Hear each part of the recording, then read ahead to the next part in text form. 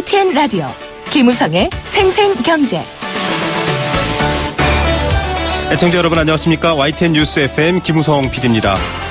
오늘 오전 11시 문재인 대통령 청와대 영빈관에서 기자들과 간담회를 진행했습니다. 사전 조율 없이 진행했다는 이번 출범 100일 간담회. 다양한 주제들이 등장했는데요. 특히 경제 분야에서는 관심 높은 부동산 정책 이야기가 핵심이었습니다. 오늘 생생경제 첫 번째 인터뷰에서 취임 100일을 맡고 있는 문재인 정부의 경제 정책 한번 살펴보겠습니다. 자동차 보급 대수가 수천만 대입니다. 이젠 고급 사치품이 아니라 필수품이 돼버렸죠. 거기에 붙는 세금은 아직도 과거 사치품에 붙이는 성격의 세금이라고 합니다. 한 해 세금의 14%를 차지하는 자동차세 좀 많이 낸다라는 얘기도 있고요. 구조를 개선할 필요가 있다라는 목소리도 나옵니다. 특히 세금 내는 사람이 세금인지도 모르고 내는 깜깜이 세금 부분 개선 여지가 커 보이죠. 시민단체 관계자 연결해서 문제점 들어봅니다. 지난주부터 선보이고 있는 홍영만의 뉴스 경제 수업, 복잡한 뉴스의 이면을 쉽게 이해하고 친절하지만 꼼꼼하게 뉴스를 소화시키는 그런 시간인데요. 오늘도 준비했습니다. 금리, 이자율 이야기 전해드리겠습니다. 2017년 8월 17일 목요일 김우성의 생생경제 지금 출발합니다.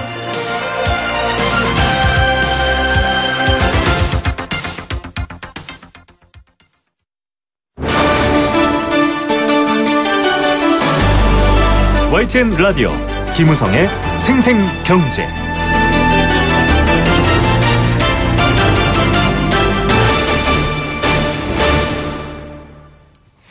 네, 첫 번째 생생 인터뷰입니다. 문재인 정부 출범 오늘로 꼭 100일을 맞았습니다. 아이도 태어나면 100일상을 차려주죠. 그만큼 이 첫 출발이 중요한데요. 우리 경제에서도 이 100일 어떤 의미가 있는지 살펴보는 시간 마련했습니다.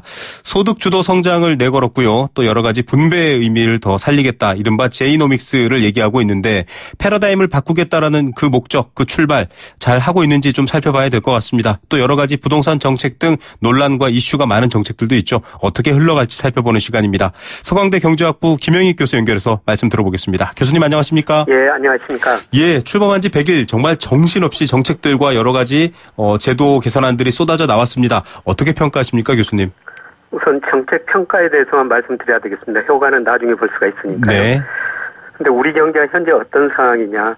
우리 경제가 과거에 10% 성장하다 이제 3% 안팎으로 성장률이 많이 떨어졌거든요. 네. 구조적으로 저성장 국면에 들어섰고요. 이 저성장 국면에 들어서면서 차별화가 아주 심화됐어요. 네. 그리고 또 거시경제 전체로 보면은 가계 부채 많지만 여전히 자금 잉여 주체로 역할하고 있고, 기업들이 돈을 빌려 써야 되는데 작년 하반기부터 오히려 금융회사에 돈을 저축한 돈이 더 많아져 버렸거든요. 네. 그래서 가계 기업이 위축되다 보니까 정부가 나설 수밖에 없는 상황이다. 이런 측면에서 이번 정부의 정책 방향은 제대로 가고 있다. 저는 이렇게 생각하고 있습니다. 예, 양극화라든가 여러 경제 현안 상황을 볼 때 방향은 잘 잡았다 이렇게 말씀해 주셨는데요. 오늘 기자회견 통해서 주요 정책들에 대한 이야기도 나왔는데 부동산 대책도 나왔습니다. 좀 더 치밀하게 준비하겠다, 뭐 피부로 느낄 수 있게 하겠다 이렇게 얘기를 하고 있는데 사실 이 부채 문제도 그렇고 여러 가지 우리나라 경제에 특히 서민 경제 중요한 부분들이 부동산에 묶여 있어서 아마 이런 주제가 나온 것 같거든요. 그 부분을 좀 강조한 건 어떻게 평가하십니까? 이것도 역시 방향은 맞다고 생각합니다. 네네. 사실 요새 소득주도 성장이라는 거에서 논쟁이 많거든요. 경제학자들은 노동이나 자본이나 생산성이 증가하지 경제가 성장하지 어떻게 소득이 증가해가지고 인과관계가 거꾸로 됐다. 이런 이야기를 하는데요. 그런데 우리나라 현재 경제가 지금 능력 이하로 성장하고 있거든요. 쉽게 말씀드려서 우리 잠재 GDP가 성장 능력인데요. 우리 실제 경제가 그보다 낮아요. 그래서 수요를 부양해야 되죠. 그래서 여러 가지 수요를 부양할 수 있는 대책들이 나오는데 그 중에 하나가 뭐 최저임금도 될 수가 있고 사실 그 부동산 가격이 오르면은 우리가 다른 데 소비할 수 있는 능력이 많이 줄어들거든요. 그렇죠. 그래서 부동산 가격 하락을 통해 가지고 뭐 수요 소비를 부양해보자. 나중에 뭐 부동산 가격이 하락하게 되면은 그런 효과가 나타나게 되겠죠. 예. 자, 땅에 묶인 돈, 또 그동안에 약간 최저임금 이런 부분들에 대해서 뭐 말씀하셨다시피 생산성이라는 부분에서는 좀 전통적인 관점과 다르지만, 새로운 방향을 내세울 만한 환경에 대한 것들은 뭐 인정한다. 이런 부분인데요. 좀 외부적으로 눈을 돌려보겠습니다. FTA, 처음에 이 트럼프 대통령 당선과 더불어서부터 우려가 나오기 시작했고요. 우리 정부도 지금 일단은 협상 요청이 들어온 상황에 대해서 얘기를 하고 있는 상황이지만 우려가 많았는데 또 한편으로는 낙관적이다. 걱정할 것 없다. 오늘 간담회에서도 나왔습니다만 서비스 부분은 우리가 좀 적자고 또 상품 부분은 우리가 흑자다 뭐 이런 얘기를 했거든요. 한미 무역 관계는 어떻게 봐야 할까요? 낙관적으로 바라보서는 안 될 것 같은데요. 네네. 미국이 우리한테 요구하는 것은 한국 대미 무역 흑자가 너무 많다. 네. 미국이 200억 달러 정도를 제시했는데 우리 무역 흑자가 매년 200억 달러 넘거든요. 그렇죠. 특히 우리나라 경상수지 흑자가 GDP 대비 6 내지 7% 간다. 이건 너무 많지 않느냐. 네. 근데 사실 따지고 보면은 우리 경상수지 무역수지 흑자가 난 것은 우리 기업들이 물건을 상대적으로 미국보다 싸게 생산하는 것 때문이 아닙니까? 네. 아마 한미 FTA 재협상 하더라도 제조업에서는 정부가 생각하는 대로 큰 문제는 없을 것 같은데요. 네. 근데 미국은 우리보다 잘하는 것 금융을 포함한 서비스업이거든요. 네. 아마 의료, 보건, 법률 개방. 이쪽에서 우리나라 시장 개방을 강력하게 요구할 것 같고요. 여기에 우리 정부가 좀 현명하게 대처해야 될 것 같습니다. 예. 그리고 사실 우리가 무역자 200억 달러 넘게 냈지만은 이 돈들이 다시 또 미국으로 가거든요. 네. 미국 가서 기업 투자하고 그렇죠. 미국 증권 투자를 우리가 해주고 있어요. 네. 그래서 크지는 않지만은 미국 금리 안정에 우리 돈도 기여하고 있는 것이죠. 이런 것들도 정부가 같이 생각하면서 협상을 해야 될 것 같습니다. 예, 좀 더 유리한 고지를 찾아야 될 것 같고요. 호혜적이라고 했지만은 말씀하신 것처럼 서비스 부분에서 우월한 미국 상품이 들어오면 또 어떻게 될지 모를 논란입니다. 부동산 관련해서 얘기가 또 경제정책에서 많이 나왔습니다만, 추가로 주머니 속에 더 대책이 하나 더 있다. 이런 얘기도 나왔고요. 또 그간의 어떤 부동산에 대한 어떤 약간 성장이라기보다는 분배 쪽을 중시하는 입장에서 보유세 강화 주장이 계속 있었는데 보유세는 검토하지 않고 있다. 이렇게 지금 대통령이 밝혔거든요. 이 논란들은 어떻게 보셨습니까? 이번 대책에도 불구하고 집값이 계속 오르면 보유세 인상까지 가겠죠. 네. 근데 저는 거기까지 안 가려고 보고 있는데요. 네네. 제가 부동산 사이클을 구해보면은 지금 확정 국면 후반부에 있거든요. 네. 이대로 놔둬도 한 내년쯤에는 부동산 가격이 떨어질 시점이었는데. 네. 금리도 상승하고 경기도 그렇게 좋지 않습니다. 네네. 이럴 때 강력한 지금 부동산 집 억제 정책을 내놨거든요. 네. 이렇게 된다면 오히려가 하락 사이클을 더 깊게 만들 것이 아닐 것인가. 아마 내년 내후년에는 이런 우려도 한번 해봐야 될 것 같습니다. 이런 의미에서 보면은 보유세까지 가지는 않을 것 같습니다. 네. 자, 보유세는 여러 가지 지금 상황, 공급 과잉 얘기 나왔었고요. 연초에 이런 부분들도 있었기 때문에 좀 지켜봐야 되겠네요. 자, 이 소득주도 성장론, 전통적인 관점에서는 이게 좀 순서가 틀린 것 같다라고도 얘기하셨지만 사실 그간 기업에 좀 기회를 많이 몰아주고 또 가계가 저축해서 기업에 투자금을 주고 이렇게 해왔는데 낙수효과 없었다라고 지금 많은 경제학자들이 얘기를 하셨거든요. 이렇게 방향을 낙수효과가 아니라 이른바 분수효과로 바꿨다라는 것에 대해서 어떻게 보십니까?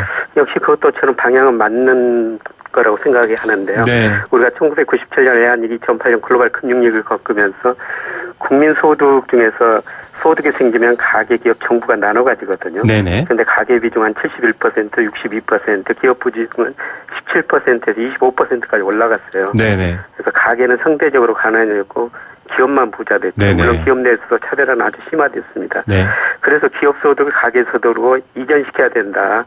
그래서 기업들한테 임금 올려달라, 투자나 고용 늘려달라, 배당금을 더 달라 이렇게 요구했는데요. 네. 사실 그동안 임금 별로 안 늘어났고 고용도 별로 안 늘어났거든요. 네네. 일부 기업들이 배당금만 더 주고 있습니다.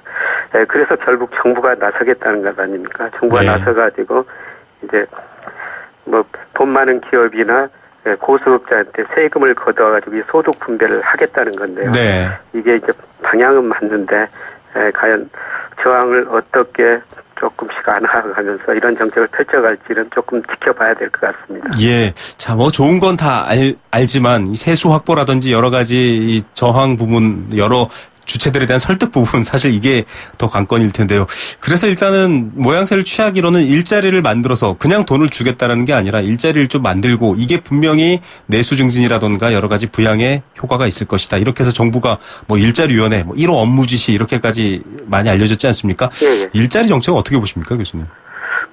일부는 어느 정도 효과가 있는 것 같고, 일부 공기업, 민간기업들의 비정규직을 정규직에 해가고 있고요. 네. 정규직가 되면 직장이 안정된 일을 좀 늘릴 수가 있죠. 그리고 통계청 고용통계 보더라 조금씩은 개선되고 있어요. 네. 예를 들어서 OECD 기준 우리나라 고용률 보면은 작년 7월에 66.7%였는데 올 7월 보니까 67.2%로 올라가고요. 제조업에서도 고용이 늘어나고 있습니다.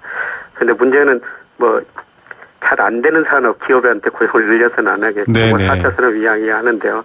산업 구조에 맞는 고용 정책, 그다음에 사실 좋은 일자리 나누기 이런 이야기가 많이 되고 있습니다만 이러기 위해서는 사회적 대타협이 좀 필요한 시기가 아닌가 생각됩니다. 예, 오름에 대해서는 의문을 제기 안 하더라도 그걸 시행하려면 설득하고 함께 동참하도록 하는 대타협 중요한 부분인 것 같습니다. 교수님께서 지적해 주셨고요. 일자리 문제와 연관해서 최저임금 얘기도 좀 여쭤보고 싶어요. 사실 지금 소상공인 연합회 같은 경우에는 아주 강력하게 반발을 했고요. 7,530원 지금 10,000원을 주장했던 또 노동계 입장에서는 잠자코는 있지만 이 역시 또 앞으로 계속 올려야 한다라는 입장이거든요. 이것 좀 약간 사회적 갈등 요소가 됐는데 최저임금, 임금 문제는 어떻게 보십니까? 네, 최저임금 설정 그 자체의 의미가 시장에 맡겨놓으면 그거보다 임금이 더 낮을 거라는 거죠. 그래서 법적으로 최저임금을 설정했는데요. 네네. 그러다 보니까 사실 말씀하신 거 영세업자들, 그다음에 우리나라가 일부 섬유회사가 문 닫고 해외로 나가겠다. 이런 부작용도 나타나고 있는 것이죠. 그런데 우리 국민경제 전체적으로 보면은 지금 소득차별화가 굉장히 심화됐기 때문에 최저임금 16.4% 오른 게 적정 수준이냐 그거는 계속 따져봐야 되겠습니다만 어느 정도 오르는 건 합리적이고요. 그리고 경제 주체들이 7,530원은 이미 제시됐으니까 여기에 맞게 내년부터 서서히 합리적으로 대응해 가리라고 보고 있습니다. 예, 교수님 말씀 들어보면 일단 방향성에 있어서는 그간의 문제점을 반영했기 때문에 옳다. 그러나 그 부작용 혹은 여러 가지 그 과정에 있어서 이뤄낼 것인지에 대한 실효성 걱정이 많다고 하셨는데요. 끝으로 좀 이 문재인 정부 100일 출범하고 앞으로 계속 또 앞으로 나아갈 텐데 경제 정책 여러 가지 경제 세부 정책들 수립할 때 필요한 원칙들 좀 조언 부탁드립니다.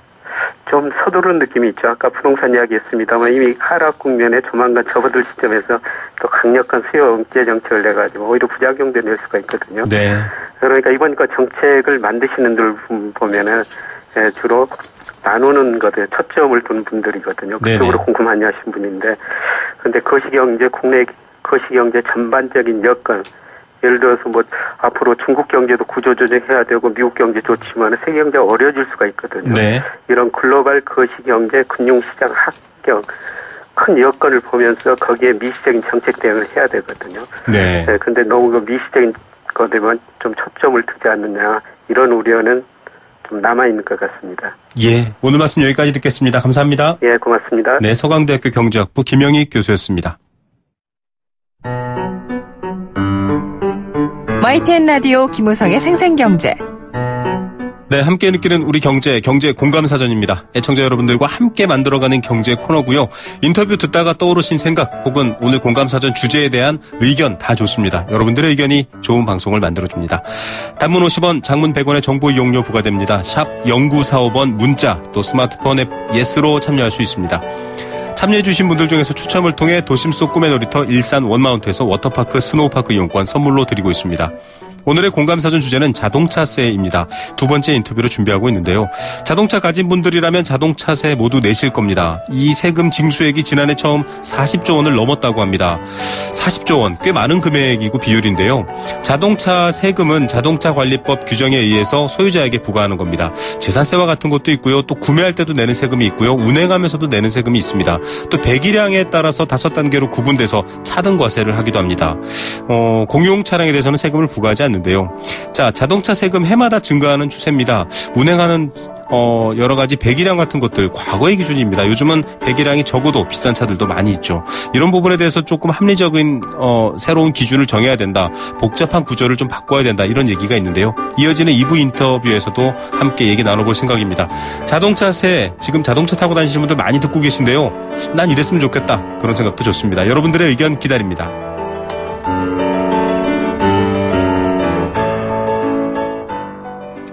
네. 도박은 치료가 필요한 질병입니다. 도박문제 상담 전화 1336 한국도박문제관리센터와 함께한 생생경제였고요. 포스코와 함께했습니다. 캠페인 2개 듣고 이 시각 주요 경제 뉴스 전해드립니다.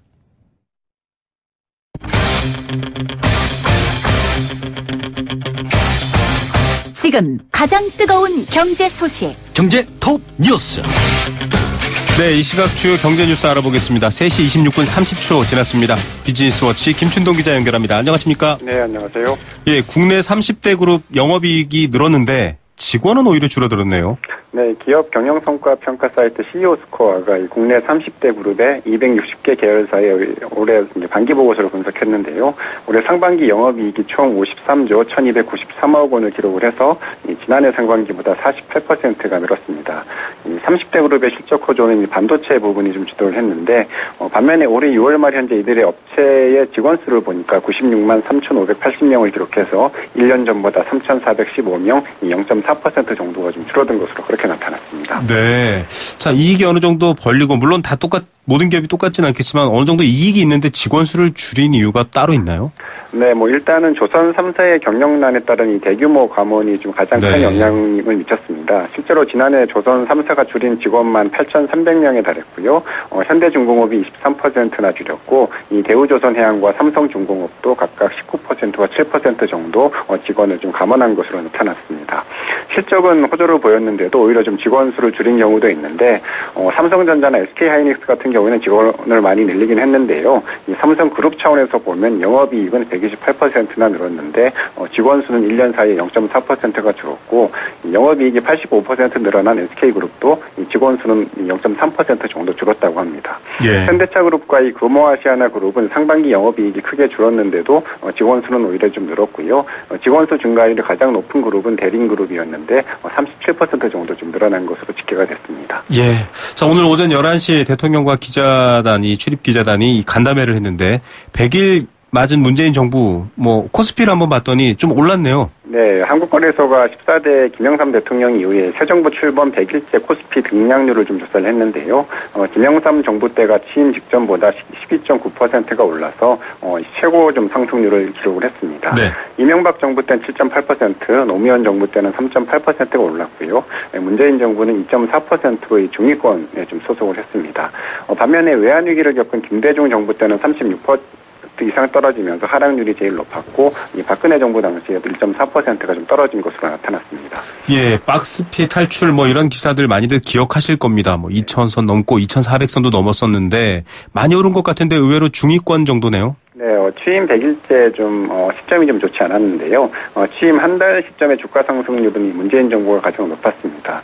역대 정부 가운데 유일하게 좀 플러스를 기록을 했는데, 실제로 이 문재인 정부 출범 후에 수출 호조와 기업 실적 개선에다가 또 이 새 정부 출범 기대감까지 맞물리면서 이 코스피 지수가 한때 2,450선을 좀 넘어서기도 했는데요.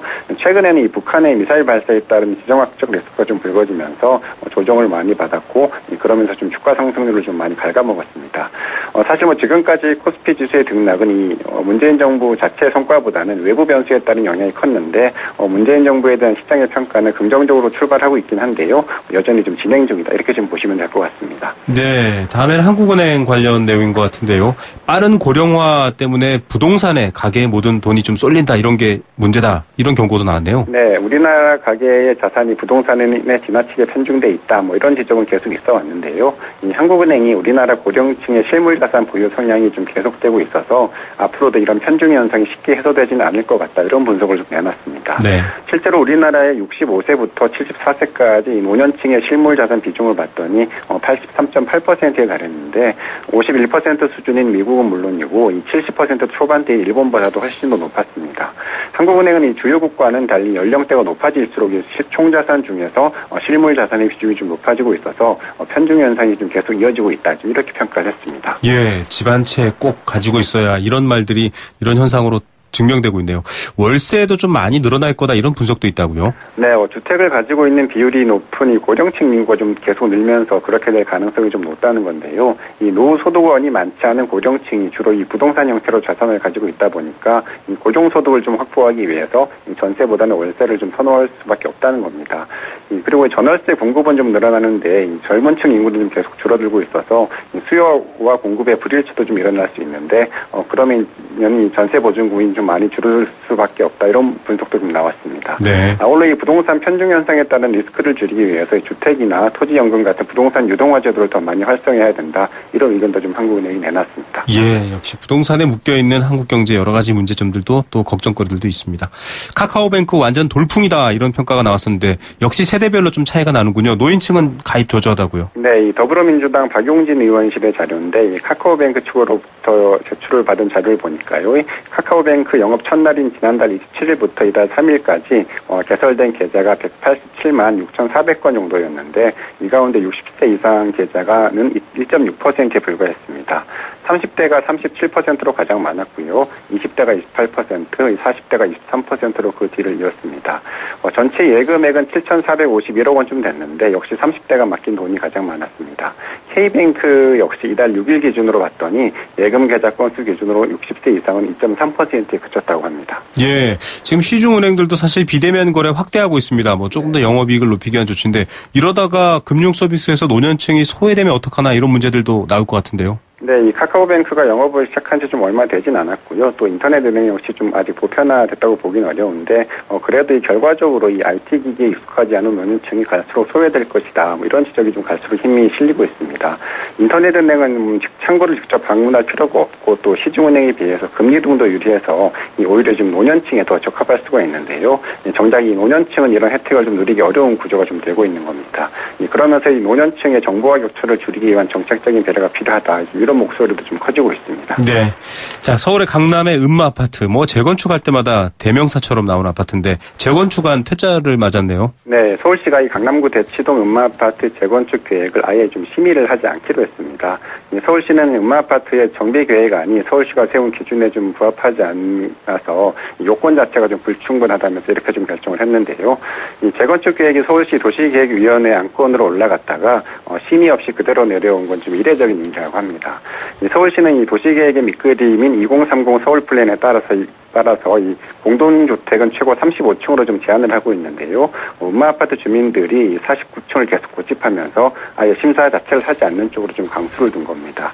이 서울시는 2015년 12월부터 5차례나 이 음마아파트 주민들과 이 층수 조정을 위한 사전 협의를 좀 해왔었는데, 이 주민들이 계속 좀 의지를 굽히지 않으면서 이런 지금 결정을 내린 것으로 풀이가 됩니다. 예. 요즘 뭐 계란 공포입니다. 친환경 농가라고 해서 사실 좀 더 비싸게 파는 곳인데 이런 곳들도 지금 살충제 계란 무더기로 검출됐네요. 네, 농림축산식품부와 식품의약품안전처가 산란계 농장 전수검사를 좀 하고 있는데요. 오늘 오전 기준으로 검사 대상 1239개 농가 중에서 876개 농가의 검사를 마쳤는데 이 가운데 66개 농가에서 살충제 성분이 좀 검출이 됐습니다. 특히 이제 농약 자체가 검출이 돼서는 안 되는 친환경 무항생제 계란이 알고 보니까 이 살충제의 주범 범벅으로 나타났는데 네. 친환경 무항생제 계란이 일반 계란에 비해 최고 2배가량 비싼데 정작 인증 기준에 미흡한 농가가 62곳에 달했습니다. 친환경 농가 10곳 중 한 곳은 무늬만 친환경 계란인 셈인데 이 가운데 살충제 성분이 너무 많이 나와서 일반 계란으로 유통할 수 없는 부적합 판정을 받은 농가도 27곳이나 됐다고 합니다. 예, 관리 기준도 느슨하고요. 법망도 모호하고 이번 기회에 좀 다 재정비했으면 좋겠습니다. 오늘 말씀 감사드립니다. 네, 감사합니다. 네, 비즈니스워치 김춘동 기자였습니다.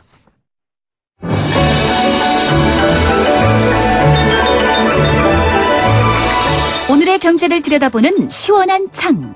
YTN 라디오 김우성의 생생경제 생생인터뷰.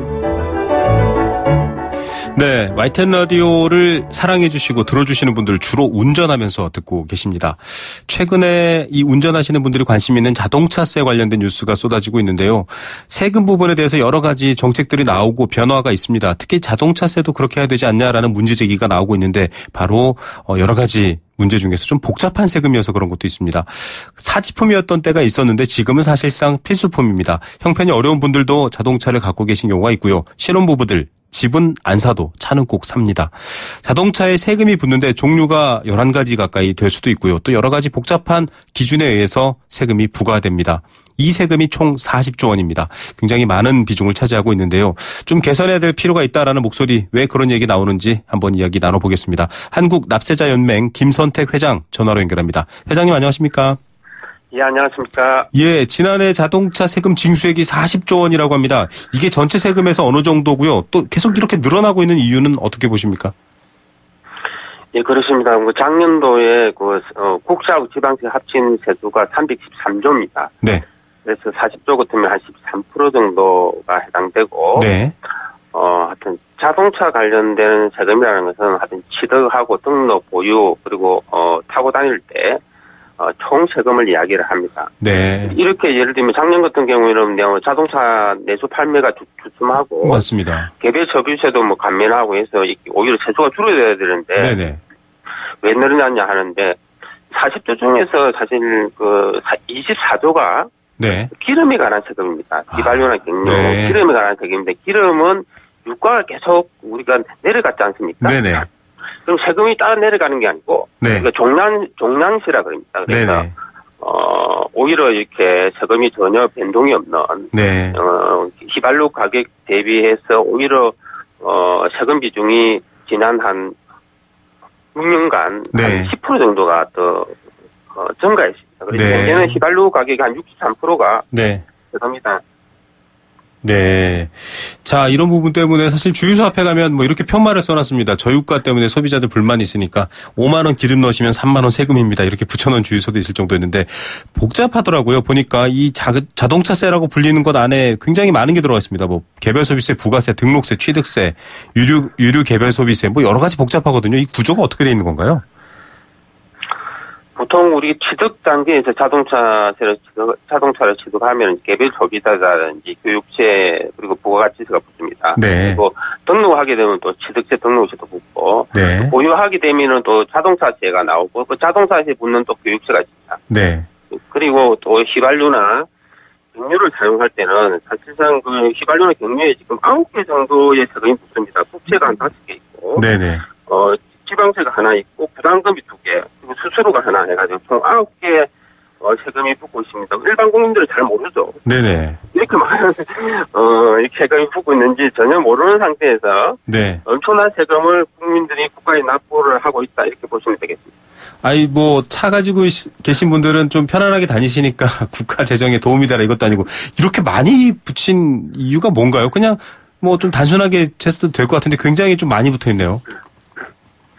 예, 그렇습니다. 선진국에서는 보통 이렇게 휘발유 같으면 휘발유의 부가가치세라든지 개별 소비세라든지 많아야 2개, 3개입니다. 우리나라처럼 9개가 붙는 나라는 없습니다. 그 이유가 우리나라 같은 경우에는 정부 신뢰도가 굉장히 낮고 지하경제가 비중이 높습니다. 그런 상태에서는 소득세를 많이 올릴 수 없습니다. 조세 저항이 심하기 때문에. 그렇죠. 그러다 보니까 국가 입장에서는 조세 저항이 적은 걷어가는지 모르고 이렇게 고소문에서 걷어가는 이런 간접세 위주로 많이 세금을 지금 징수하고 있습니다. 그리고 자동차 관련된 세금이 한 40조 되고, 그리고 담배 관련된 세금이 한 12조 되고, 그리고 카지노라든지 이런 세금에서도 6조, 술에 대해서도 5조 해가지고 한 64조 정도가 네.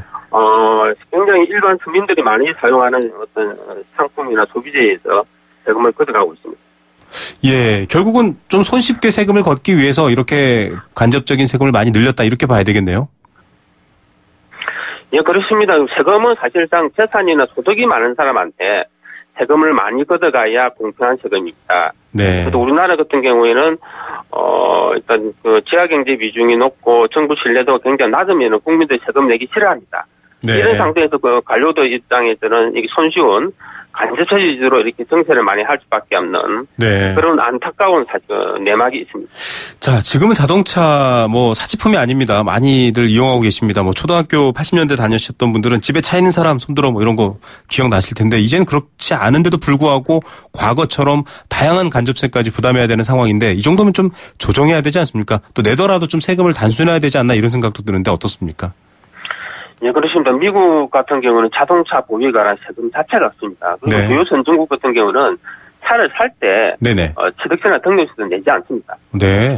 차라는 것 자체는 일반적인 그냥 상품으로 보는 거죠. 네. 특별하게 거기 사치제가 있는 게 아니고 특별한 물품이라고 생각 안 하는 겁니다. 근데 필수품이기 때문에 선진국에서는 그렇게 하고 있는데 우리나라 같은 경우는 아직까지도 이런 정근대적인 우리가 세금을 많이 유지하는 것은 조세 공평적인 측면에서 좀 개선을 해야 되겠다 그런 생각하고 있습니다. 예. 사실 이 세수가 이 자동차 내수 판매가 주춤하는데도 세금이 는 게 이게 자동차가 탈수록 세금을 많이 내는 뭐 기름에 포함되어 있는 이런 것들인데 서민들 같은 경우에는 결국은 이용을 많이 하셔야 되는 뭐 이런 분들한테는 오히려 부담이 되는 것 같기도 하고요.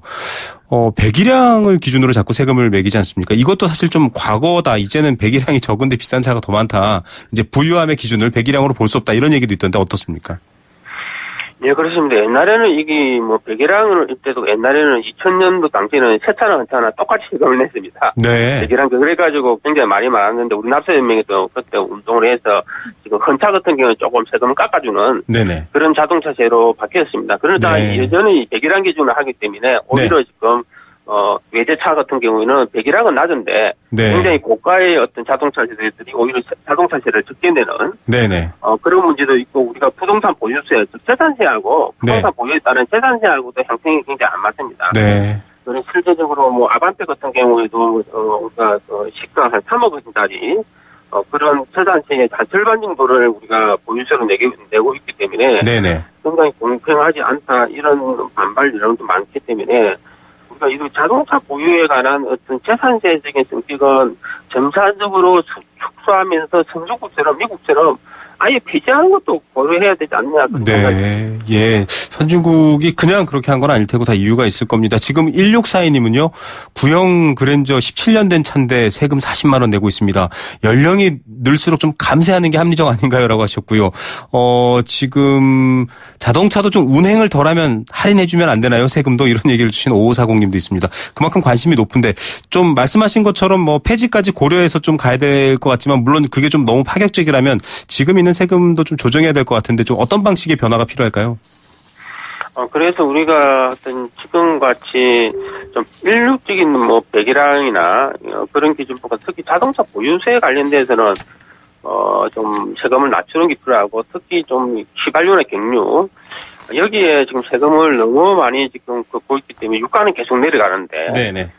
국가만 좀 배불리는 이런 세금은 좀 우리가 좀 바꿀 필요가 있지 않는가. 종량세하고 종가세를 섞어서 네. 우리가 조금 세금 비중을 낮출 수 있다고 보고 있습니다.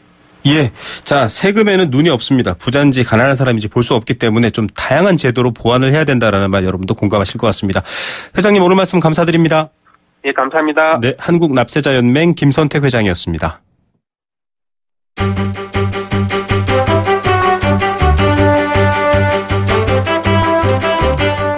경제를 아는 힘 홍영만의 뉴스 경제수업.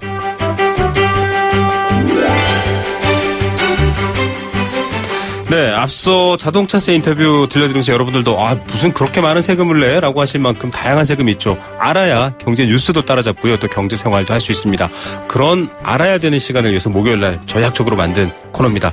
좋은 음식 꼭꼭 소화시켜야 제대로 몸에 영향이 되는 것처럼 경제 뉴스 꼭꼭 씹어서 그 배경과 이 개념까지 좀 알아보는 시간이죠. 홍영만의 뉴스 경제 수업 오늘도 서울여대 홍영만 교수님 스튜디오에 나와 있습니다. 안녕하십니까? 네, 안녕하세요. 예. 네. 지난주 첫 방송 하셨어요. 소감이 어떠셨나요? 굉장히 떨렸고요. 네네. 지난주는 근데 뭐 너무 국민들께서 관심이 없는 네. 그런 주제가 아니었나 하는 생각이 들어서 좀 네. 반성도 많이 했습니다, 집에 가서. 예, 자, 여러분께 더 가까이 다가가기 위해서 노력하고 있는 홍영만 교수님이시고요. 또 여러 가지 실제 경제 현장의 경험이 다양하시기 때문에 좋은 이야기 또 도움되는 이야기 전해드리겠습니다. 오늘은 이자율 얘기 안 할 수가 없을 것 같은데요. 지금 미국도 금리 올리니 많이 하고 있고 한국도 여러 가지 이자 얘기가 많이 나오고 있는데 네. 이자야 뭐 당연히 돈에 관심 있는 분들은 다 아시는 얘기인데 이자율 그러면 약간 이 뭔가 수학적 느낌도 나고 정확히 뭐지 이런 생각이 들 텐데요. 네, 뭐 일단 뉴스에서 이제 많이 접하시는데요. 네네. 금리라는 말 많이 접하지 않습니까? 네. 뭐 똑같은 얘기고요. 이자율은 그러니까 뭐 1억을 빌렸는데 예를 들어서 300만 원 이자로 냈다 그러면 이자율은 3%가 되는 거죠. 그러니까 네. 이자율이라는 게 이제 돈을 빌렸을 때 그거에 대한 대가 네. 비율이다 이렇게 생각하시면 될 것 같습니다. 여기까지는 여러분들 뭐 쉽게 따라가겠는데 할 텐데 이제 좀 중요한 얘기로 가겠습니다. 자, 국가 경제 정책이나 세계 경제 환경에서 기준금리 얘기가 계속 나와요. 네. 기준금리 제로 시대, 마이너스 시대, 뭐 우리도 지금 뭐 기준금리 얘기 나오는데 기준금리라고 하면 말 그대로 기준이 되는 금리일 텐데 네. 뭐의 기준이 되는 건가요? 네, 그러니까 이거는 이제 각 나라의 중앙은행, 우리나라로 얘기하면 한국은행이 네. 정하는 건데. 그 은행들끼리 시중은행들끼리 자금 시장이 형성돼 있습니다. 네. 그러니까 돈을 빌리고 빌려주는 그런 시장인데 우리나라에서는 그 시장을 콜 시장이라고 부르죠. 그 콜 시장의 기준이 되는 금리를 한국은행이 정해주는 겁니다. 그러면 이제 은행들이 거기서 자금을 빌리거나 빌려주거나 하면서 형성되는 이자율이 있지 않겠습니까? 그게 이제 기준금리가 돼서 거기에 따라서 이제 대출금리와 수신금리가 정해지게 되죠. 그래서 이제 어찌 보면 콜 시장의 기준금리가 곧 그 대출금리나 이런 거에 기준이 된다. 이렇게 이해하시면 될 것 같습니다. 자, 한국은행의 기준금리 지금 1.25%인데요. 뭐 그냥 1.25가 마음에 들어 이렇게 모르시지는 않을 것 같고 뭔가 기준이 있겠죠, 역시. 예, 그렇습니다. 뭐 7분의 금융통화위원이라는 분들이 계시는데요.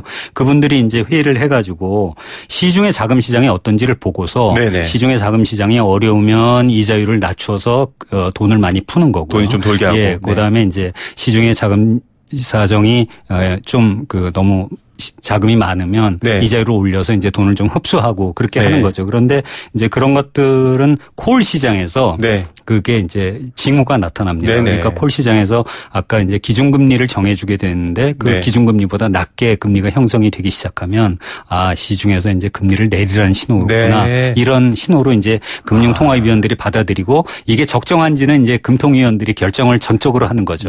실제 은행 간의 거래라는 콜금리 이 상황을 보고서 결정되는 것. 이제 뉴스로 좀 돌아가 보겠습니다. 최종국 금융위원장이 연체 이자율을 인하하도록 유도하겠다. 기사 제목도 이렇게 나왔습니다. 말을 이렇게 보면 좀 어려운데 사실 이것도 앞서 쭉 설명한 배경이 필요한 얘기인데 연체 이자율을 낮추겠다. 좀 이자 부담 줄이겠다는 말인가요? 뭐죠? 네, 그렇습니다. 연체 이자율이라는 게 이제 우리가 보통 주택담보대출 같은 거 받으면 지금 현재 3%에서 한 5% 정도 매달 꼬박꼬박 내죠. 그런데 이제 만약에 제가 이자를 제때 내지 못하면 그걸 이제 우리가 연체 걸렸다 그러는데 거기에 연체 이자율이 보통 7%에서 한 10%가 왔습니다. 그러니까 3%에서 5% 내던 분이 거의 15%를 내야 되는 그런 상황이 되는 거죠. 그래서 이제 이게 이제 우리가 보통 가산금리라고 하는 건데 이거는 이제 대출금을 회수하지 못했을 경우에 발생하는 재반 비용이 있지 않겠습니까? 이걸 은행들이 이제 계산해서 자기들 나름대로 10%다 이렇게 정한 건데 이제 그 금융위원회 생각은 이 15%라는 게 아무리 생각해도 좀 많은 거 아니냐 하는 생각이고 도대체 10%의 계산 근거가 뭐냐? 그러니까 그걸 좀 대라. 그리고서 그거를 공시를 해라. 그러면은 금융 소비자들이 보고서 결정을 하지 않겠느냐. 그런 이제 그 적극적으로 좀 더 그 금리 인하를 유도하겠다 이런 입장인 거죠. 뭐 대출 받으신 분들 뭐 연체하고 싶어 하시는 분들은 없을 겁니다. 그런데 이제 그것들을 막기 위해 만들어진 이것도 너무 과도할 경우 오히려 해결이 안 되기 때문에 이런 부분인데 많은 분들이 사실 대출이 있어서 이자에 대한 관심이 높습니다. 그런데 고정금리로 유도하겠다. 뭐 정책 모기지 같은 경우에는 거의 고정금리다 이런 얘기가 있습니다. 그런데 이제 더 이상 고정금리 할 여건이 안 된다 이런 뉴스도 지금 이자 관련돼서 나온 뉴스인데 이건 어떤 얘기일까요? 이 고정금리는 사실은 우리나라에는 2011년 전까지만 해도 거의 없었습니다.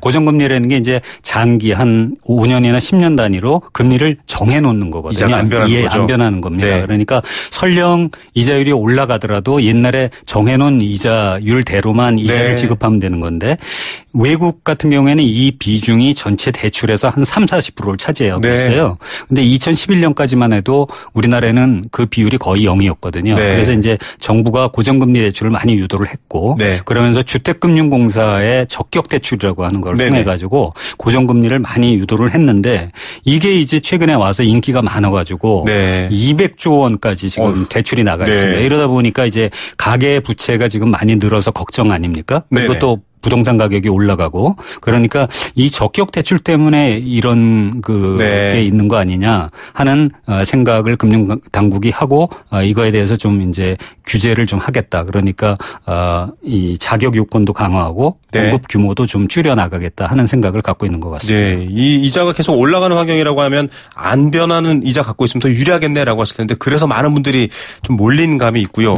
뭐 5년짜리 시중은행도 5년짜리 고정금리가 있는데 사실상 안 팔고 있다 이런 얘기도 있는데 좀 해법을 찾아야 될 것 같은데요. 네, 그렇습니다. 그러니까 이게 지금 현재 조금 전에 말씀드린 것처럼 주택금융공사가 보증을 하고 은행이 대출을 하는 이게 적격 대출이거든요. 이게 규모가 큰데 이제는 지금 그거보다는 조금 더 시중은행들이 자체적으로 고정금리 상품을 만들어 가지고 시민들 소비자들의 수요에 그런 충당을 해줄 필요가 있을 것 같습니다. 예, 좀 피부에 와닿는 사례 하나로 넘어가 보겠습니다. 이젠 대출 없는 분들이 없습니다. 대출이 필수가 된 시대인데요. 네. 오늘 홍영만 교수님과 이자율 얘기 좀 꼼꼼하게 들여다보고 있습니다. 한 뉴스 또 하나 짚어보겠습니다. 황제 대출자 이야기가 나오더라고요. 네. 우리나라는 지금 공화국입니다. 이 왕이 없는데요. 황제 대출 뭔가요 이게? 네, 이거 어젠가 그제 어떤 국회의원실에서 나온 자료인데요. 네네. 여기에 따르면은 은행이 우량 고객 한 40만 명에게 네. 18조 원 규모의 대출을 했답니다. 네. 그러니까 1인당 한 4,500만 원을 네네. 대출해 준 건데요. 한 1%의 금리를 받았다고 우와, 하니까 엄청나게 싼 이자네요. 그렇습니다. 보통 사람들이 받는 금리의 한 3분의 1 정도의 네.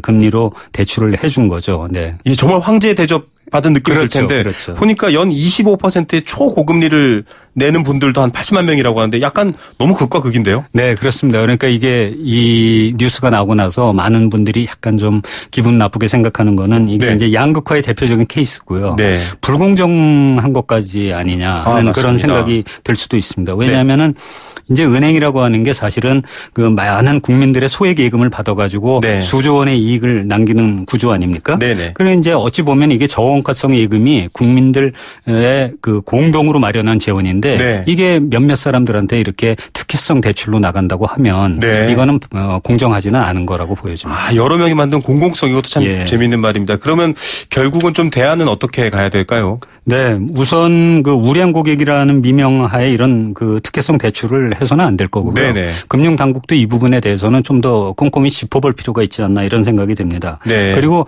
개인들의 경우에도 대출 한도를 좀 설정을 해가지고 네네. 너무 부유한 계층들이 주택을 서너 채씩 사는데 주택담보대출로 이렇게 저원가성 예금이 다 쓰여지는 네. 그래서 정작 필요한 중소기업이나 아니면은 소액 이 자영업자한테 대출을 해줄 수 없는 그런 상황이 발생하지 않도록 하는 노력이 필요하겠죠. 예, 이 부유한 분들한테 이렇게 혜택 주는 거 좀 문제가 있다. 네. 결국 이 이자율 금리 굉장히 중요한 경제정책 요소인 것 같은데요.